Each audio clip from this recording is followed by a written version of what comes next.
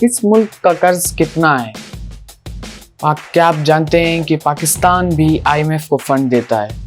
پاکستان کا کوئٹہ 26.88 بلین سے کچھ زیادہ یا کچھ کم کا ہے۔ کس ملک پر سب سے زیادہ قرضہ ہے؟ میں ہوں کرم علی اور آپ دیکھ رہے ہیں بلوچستان یوٹیوب چینل۔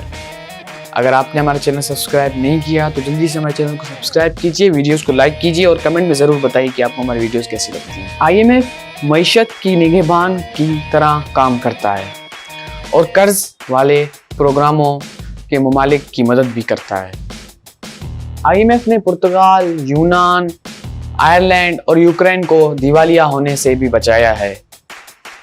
189 ممالک IMF کے ممبرز ہیں اور ہر ممبر اپنے کوٹے کے مطابق IMF کو فنڈ دیتا ہے۔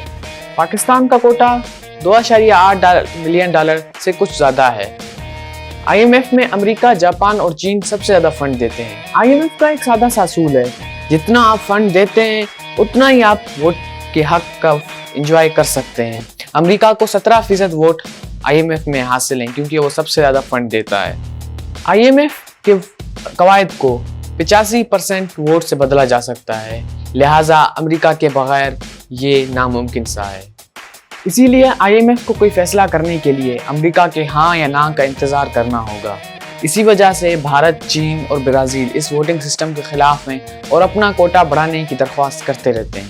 IMF کے مطابق جاپان پر سب سے زیادہ قرض ہے، یعنی 236%، یونان پر 181%، اٹلی پر 131%، سنگاپور پر 111% اور امریکہ پر 107% قرض ہے۔ باقی ممالک کے GDP کے مطابق ہندوستان پر 70%، پاکستان پر 67%، جرمنی پر 64%، چین پر 48% اور بنگلہ دیش پر 38%۔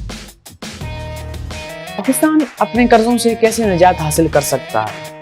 اس کا جواب آپ ہمیں کمنٹس میں دیجیے گا۔ تو تب تک کے لیے خدا حافظ، اگلی ویڈیو کا انتظار کریں۔